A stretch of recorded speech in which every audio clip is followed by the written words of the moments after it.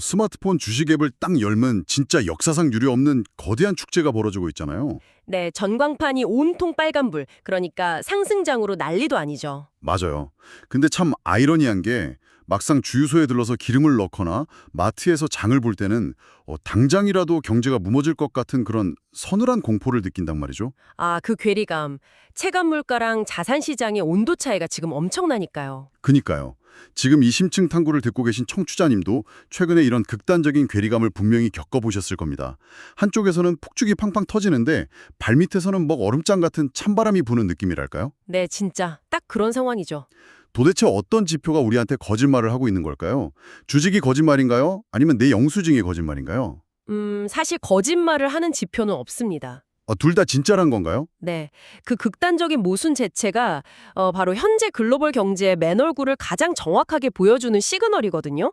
매일 쏟아지는 수많은 숫자들은 겉보기엔 막 충돌하는 것 같지만 사실 그 이면을 파고들면 거대한 자본과 산업의 패러다임이 이동하는 하나의 거시적인 방향성을 가리키고 있습니다. 아, 하나의 방향성.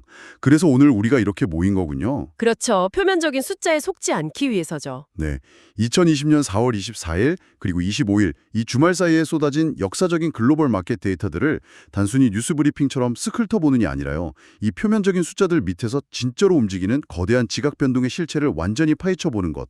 그게 바로 오늘 우리의 미션입니다. 아주 흥미로운 탐구가 될 겁니다. 당장 지난 주말 데이터만 봐도 분석할 게 산더미거든요. 맞습니다. 자, 그럼 가장 먼저 짚어봐야 할 숫자, 단연 미국 증시부터 가보죠. 이거 수치만 보면 그냥 미쳤다는 말밖에 안 나옵니다. 나스닥 지수 말씀하시는 거죠? 네, 기술주 중심의 나스닥 종합지수가 무려 24,837을 찍었고요. 대형주 중심의 S&P 500은 7,165, 나란히 사상 최고치를 경신하면서 말 그대로 폭등했습니다. 아마 시장에 참여하는 모든 사람들의 시선이 그 화려한 전광판에 싹 쏠려 있었을 겁니다. 특히 이번에는 기술주들의 랠리가 지수를 아주 멱살 잡고 끌어올렸잖아요. 와, 멱살 잡고. 진짜 딱 맞는 표현이네요. 근데 제가 여기서 정말 약간 혼란스러운 대목이 하나 있습니다. 어떤 부분이죠? 간밤 뉴욕 증시 폭등의 1등 공신이 엔비디아가 아니라 바로 인텔이었거든요. 아, 인텔의 어닝 서프라이즈요. 네, 기업의 실제 실적이 시장 예상치를 뛰어넘는 그 깜짝 실적을 발표했다는 건데 그 규모가 충격적입니다. 예상치의 29%가 아니라 무려 29배를 상회했어요. 29%도 엄청난 건데 29배면 애널리스트들이 100원을 벌 거라고 예측했는데 실제로는 2,900원을 벌어들인 셈이네요. 그러니까요. 그 결과 인텔 주가가 하루 만에 23.6%나 폭등했습니다. 이게 찾아보니까 1987년 블랙먼데이 사태 이후 최대 상승폭이라고 하더라고요. 와, 1987년 이후 최대폭이라는 건 진짜 상징적인 의미가 큽니다. 수십 년간 월스트리트에서 뼈가 굵은 베테랑 투자자들에게도 극히 이례적이고 낯선 광경이거든요. 베테랑들도 놀랄 정도다? 네, 그만큼 시장에 전혀 예상하지 못한 아주 거대한 수요의 폭발이 그 이면에 있었다는 뜻이죠. 이 훈풍을 타고 엔비디아 시가총액도 5조 달러를 다시 돌파한 거고요. 바로 그 지점입니다. 제 상식으로는 도무지 이해가 안 가거든요. 지난 몇 년간 인공지능, 그러니까 AI 열풍을 거의 독식하다시피 한 건 엔비디아잖아요. 그렇죠. AI 연산의 필수적인 그래픽 처리 장치, GPU를 만드는 엔비디아가 절대적인 시장의 제왕이었죠. 반면에 인텔은 어떤가요? 약간 우리가 흔히 쓰는 일반 사무용 노트북이나 데스크톱에 들어가는 중앙 처리 장치, 그 CPU를 만드는 되게 전통적인 기업이라는 이미지가 강하단 말이에요. 좀 오래된 거인 같은 느낌이 있죠? 네, 맞아요. 근데 왜 갑자기 시장은 그 평범한 컴퓨터 칩을 만드는 인텔의 실적에 막 열광하면서 1987년 이후 최고의 파티를 열어준 걸까요? 아주 핵심적인 의문을 짚어주셨어요. 그 이유를 이해하려면 AI 혁명이 지금 챕터 2, 그러니까 두 번째 장으로 넘어가고 있다는 사실을 아셔야 합니다. 챕터 2요. 그럼 챕터 1은 뭐였죠? 우리가 엔비디아에 막 미친 듯이 열광했던 지난 몇 년이 챕터 1이죠. 비유를 좀 해보자면 거대한 F1 레이싱 트랙을 짓는 시기였습니다. 아, F1 트랙이요? 네, 글로벌 빅테크 기업들이 천문학적인 돈을 쏟아부어서 아주 거대한 데이터 센터를 구축했잖아요. 거기에는 엄청난 초고속 연산이 가능한 엔비디아의 최고급 F1 스포츠카 엔진, 즉 GPU가 필요했던 겁니다. 아하, 그게 바로 AI의 초기 인프라 구축 단계였군요. 맞습니다. 기반을 다지는 시기였죠. 그러니까 일반인들은 굳이 일상생활에서 F1 스포츠카를 운전할 필요가 없으니까 소수의 빅테크 기업들끼리 그 비싼 엔비디아 칩을 싹쓸이 했던 거네요. 정확합니다. 하지만 생각해보세요. 일반인들이 아침에 출퇴근을 하거나 마트에 장을 보러 갈 때 F1 스포츠카를 타진 않잖아요. 그쵸, 너무 과하죠. 운전하기도 힘들고요. 왜 인텔의 실적이 이번에 예상치의 29배나 폭발했다는 건 드디어 AI가 그들만의 거대한 데이터 센터를 벗어나서 우리의 일상적인 도로 위로 쏟아져 날았다는 걸 증명하는 겁니다. 일상적인 도로 위로요? 구체적으로 어떤 의미인가요? 이제는 일반 회사원들의 사무실 PC, 학생들의 노트북, 심지어 집안의 냉장고나 세탁기 같은 가전제품에서 AI를 직접 구동하기 시작했다는 거죠. 아, 굳이 막 저 멀리 있는 클라우드 데이터 센터를 안 거치고 기기 자체에서요? 네, 맞아요. 그런데 이런 일상적인 기기들에는 4천만 원짜리 엔비디아 칩을 넣을 수도 없고 그럴 필요도 없거든요. 대신에 효율적이고 강력하게 업그레이드된 인텔의 CPU가 아주 딱 맞는 겁니다. 아, 그렇구나. 즉, AI 기술이 소수 전문가나 빅테크의 전유물에서 벗어나서 진정한 대중적 확산기로 진입했다는 뜻이네요. 그렇습니다. 시장은 바로 그 강력한 산업적 시그널을 숫자로 직접 확인했기 때문에 환호자역한 거예요. 와, 그렇다면 이건 단순히 인텔이라는 기업 하나가 요번에 장사를 좀 잘했네 이 수준의 뉴스가 절대 아니네요. 아니죠. 산업 전체의 판이 커진 겁니다. 기업들이 전 직원의 PC를 막 AI 구동이 가능한 새 모델로 교체하고 있고 그 거대한 교체 주기가 마침내 실적이라는 숫자로 찍히기 시작했다는 거군요. 네, 엔비디아의 시총 5조 달러 돌파도 마찬가지 맥락입니다. 인텔한테 파이를 뺏긴 게 아니라 AI 산업 전체의 파이 자체가 우리가 상상할 수 없을 만큼 거대해졌다는 뜻이니까요. 아, 완전 이해됐어요. 하드웨어의 중심축이 그 거대한 인프라에서 개별 소비자 기기, 그러니까 엣지 디바이스라고 부르나요? 그쪽으로 확 확장되고 있는 역사적인 변곡점이네요. 네, 엣지 디바이스 시대의 개막이죠. 자, 이렇게 기술 산업의 내부는 눈부시게 혁신을 하고 있습니다. 참 좋은 소식인데, 근데 이 AI가 돌아가려면 결국 엄청난 전력이 필요하고 또 거대한 실물 경제의 공급망 위에서 작동해야 하는 거잖아요. 그렇죠. 공중에 붕 떠서 돌아가는 게 아니니까요. 이 지점에서 우리는 앞서 오프닝에서 말한 그 방안의 얼음장 같은 찬바람, 즉 거시경제 환경을 들여다봐야 할 것 같습니다. 네, 기술주들의 그 화려한 파티장 문을 열고 밖으로 딱 나오는 순간 완전히 다른 서늘한 풍경이 펼쳐지죠. 먼저 눈에 띄는 건 중동의 지정학적 움직임입니다. 미국이 이란과의 협상 재개를 위해서 마쿠 교섭 채널인 파키스탄에 특사를 파견했다는 소식이 전해졌어요. 아주 중요한 뉴스였습니다. 오랫동안 글로벌 경제에 목을 조르던 중동 전쟁이 마침내 종식될 수도 있다. 이런 기대감이 싹 트기 시작한 거잖아요. 실제로 극도의 공포심을 먹고 자라는 대표적인 안전자산이죠.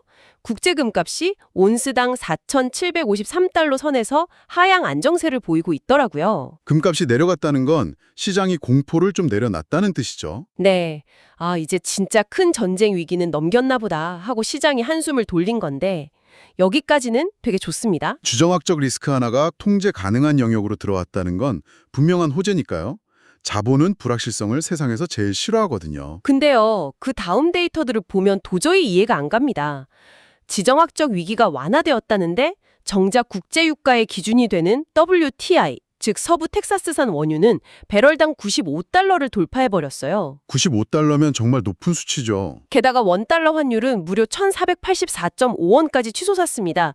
이 정도면 심리적 마지노선인 1,500원 턱 밑까지 온 거잖아요. 네, 숨이 턱 막히는 숫자입니다. 최고치라는 그 화려한 간판 뒤에 고물가라는 시한폭탄이 막 째깍째깍 돌아가고 있는 것 같은데 이거 어떻게 해석해야 합니까? 방금 짚어주신 유가 95달러 그리고 환율 1484원 이 두 숫자는 지금 글로벌 경제가 빠져있는 거대한 딜레마를 아주 가장 날카롭게 보여주는 지표입니다. 딜레마요? 네, 앞서 말씀하신 지정학적 긴장 완화 그리고 인텔이 보여준 AI 혁신 이건 분명히 시장의 위험 선호 심리 즉 투자 심리를 자극하는 긍정적인 힘이 맞습니다. 네, 호재죠. 하지만 경제의 기초 체력을 갉아먹는 훨씬 더 크고 구조적인 악재가 수면 아래에 도사리고 있어요.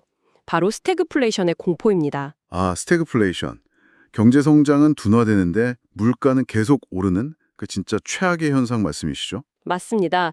유가가 배럴당 95달러를 넘었다는 건 단순히 우리가 차에 넣는 기름값이 올랐다는 수준이 아닙니다. 그럼요.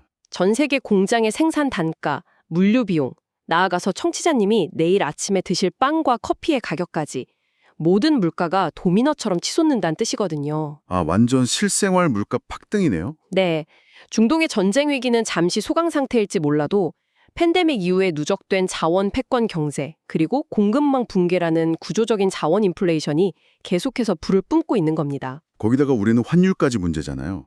그쵸. 환율 1,480원대라는 이 킹달러 현상은 한국처럼 자원을 거의 100% 수입해야 하는 국가한테는 그야말로 수입 물가 폭등이라는 직격탄이 됩니다. 달러로 사와야 되니까요. 네, 한마디로 혁신이 가져올 장밋빛 미래라는 밧줄과 고유가 강달러가 짓누르는 팍팍한 현실, 물가라는 밧줄이 지금 팽팽하게 줄다리기를 하고 있는 상황인 거예요. 와, 듣고 보니까 진짜 무섭네요. 결국 투자자들은 나스닥 24,000이라는 그 환상적인 스코어를 보면서 박수를 치지만 뒤로는 배럴당 95달러, 환율 1,484원짜리 가혹한 실물 경제의 청구서를 받아들고 전전긍긍하는 상황이군요. 네, 그래서 지금 시장이 극단적으로 예민해진 겁니다. 호재와 악재 사이에서 방향을 잃은 자본들이 막 이리저리 쏠림 현상을 만들어내고 있죠. 그렇다면 이 거대한 글로벌 매크로의 파도가 한국이라는 지역 시장에 깍 도달했을 때 과연 얼마나 기형적인 상황을 연출했는지 살펴볼 차례입니다. 한국 시장 데이터도 정말 극단적이었죠. 네, 코스닥 시장 뉴스는 진짜 전율했습니다. 외국인이 하루 만에 무려 8천억 원을 순매수하면서 코스닥 지수가 26년 만에 1200선을 돌파했어요. 26년 만이라니 진짜 역사적인 날이었네요. 현재 지수가 1203.84거든요. 이건 코스닥의 봄이 온 걸 넘어서 완전 한여름 폭염이 내리쬐는 수준입니다. 분위기가 엄청 뜨거웠죠. 근데 진짜 충격적인 반전은 코스피 시장에 숨어 있었습니다. 네, 코스닥이 26년 만에 축제를 벌일 때 코스피 시장은 그야말로 아수라장이었거든요. 맞아요. 코스피 지수 자체는 6,475.63으로 약간 하락한 약보합으로 끝났는데 그 내부 데이터를 들여다보니까 진짜 경악스럽더라고요.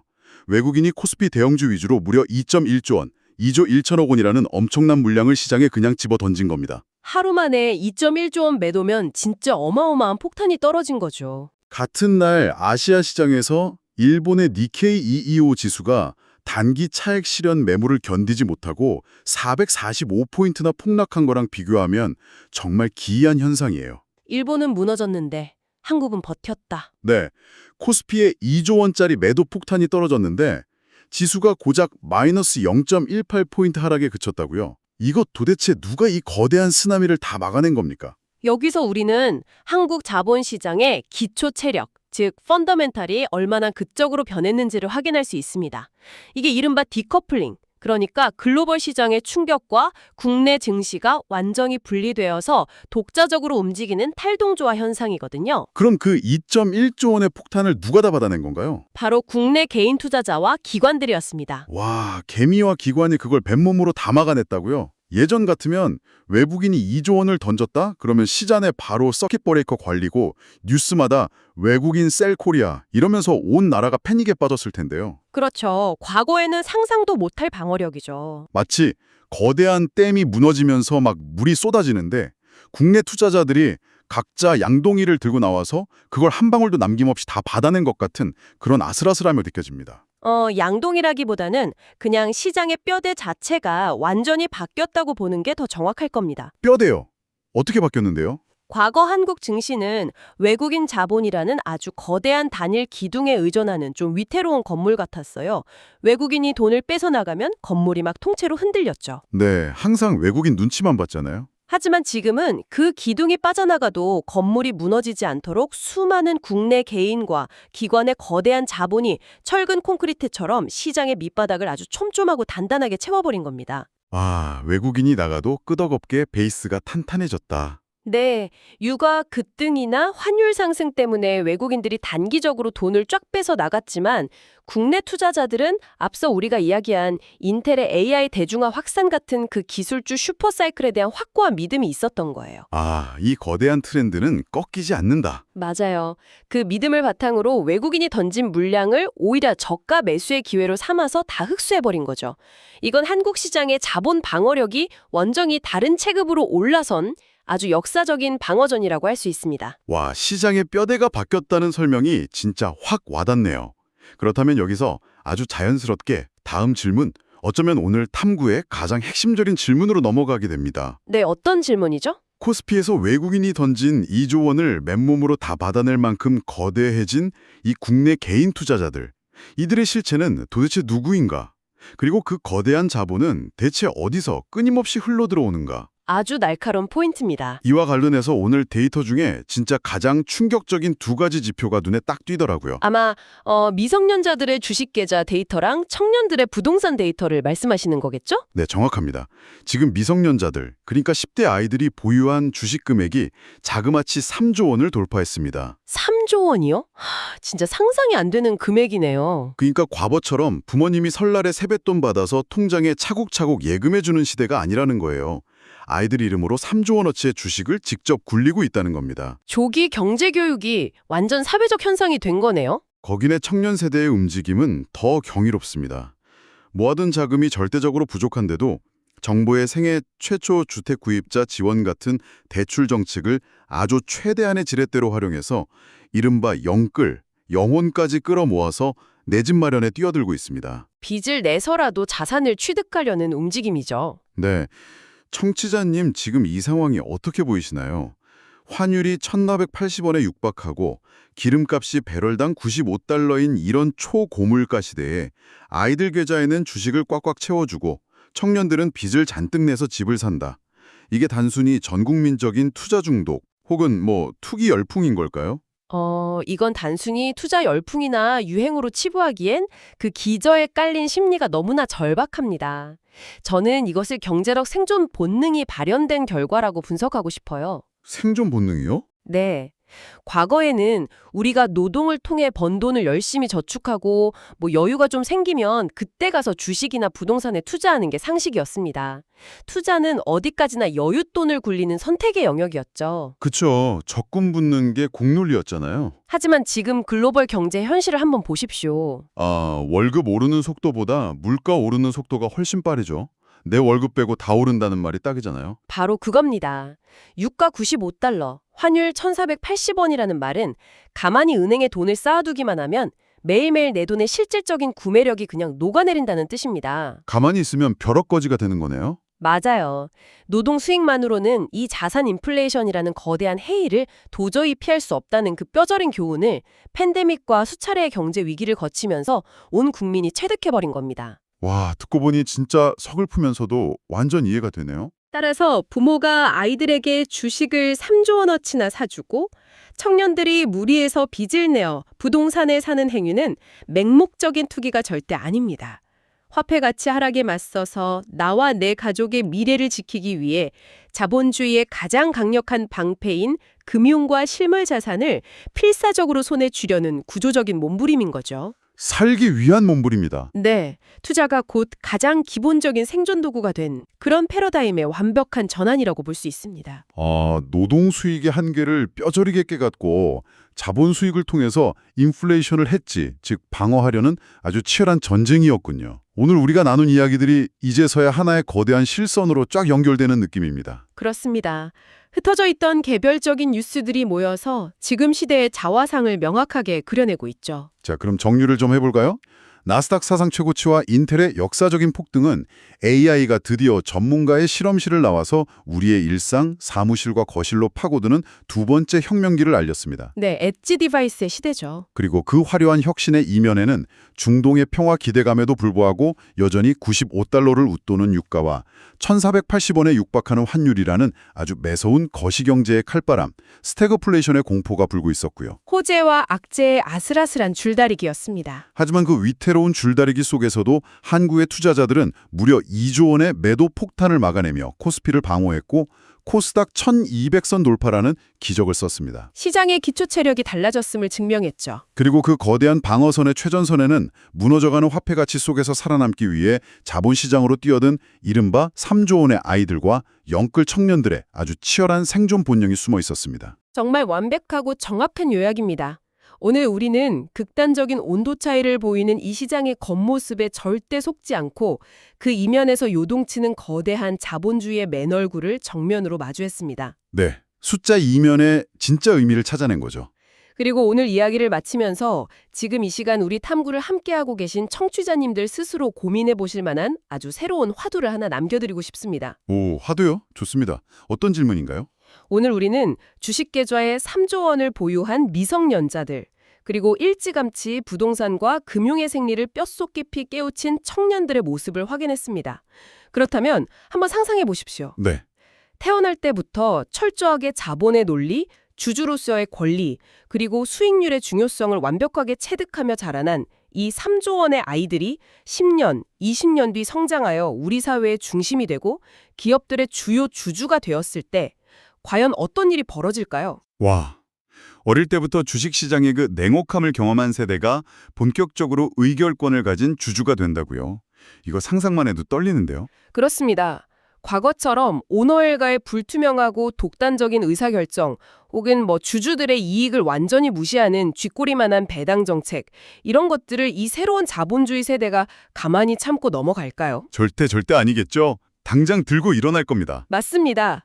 이들이 본격적으로 목소리를 내기 시작할 때 우리 사회의 기업 지배 구조와 주주 환원 정책을 향한 개혁의 압력은 아마도 한국 자본시장 역사상 단 한 번도 겪어보지 못한 아주 거대한 쓰나미가 될 것입니다. 와, 엄청난 변화겠네요. 미래 기업들의 생존은요, 단순히 혁신적인 제품을 만드는 것을 넘어서서 이 똑똑하고 냉철한 자본주의 키즈들의 날카로운 눈높이를 어떻게 충족시키느냐, 거기에 달려 있을 겁니다. 와, 진짜 머리를 한 대 세게 맞은 것 같은 묵직하고도 통쾌한 질문입니다. 10년 뒤의 기업 주주총회 풍경이 벌써부터 눈에 선하고 막 기대되기도 하고요.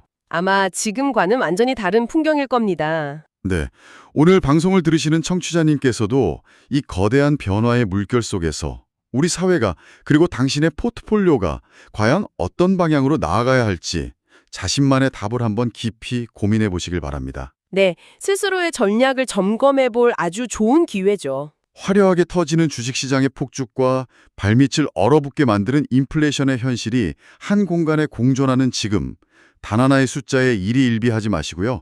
시장 전체를 꿰뚫어보는 냉철한 시각을 무기로 삼으셔야 합니다. 표면이 아니라 그 너머의 파도를 보셔야 합니다. 오늘 우리가 함께 파헤쳐본 이 거대한 자본의 흐름이 내일을 준비하는 당신의 투자와 생존 전략에 아주 깊고 단단한 통찰이 되었기를 바랍니다. 오늘 깊이 있는 분석 정말 수고하셨습니다. 네, 감사합니다. 재미있는 탐구였습니다.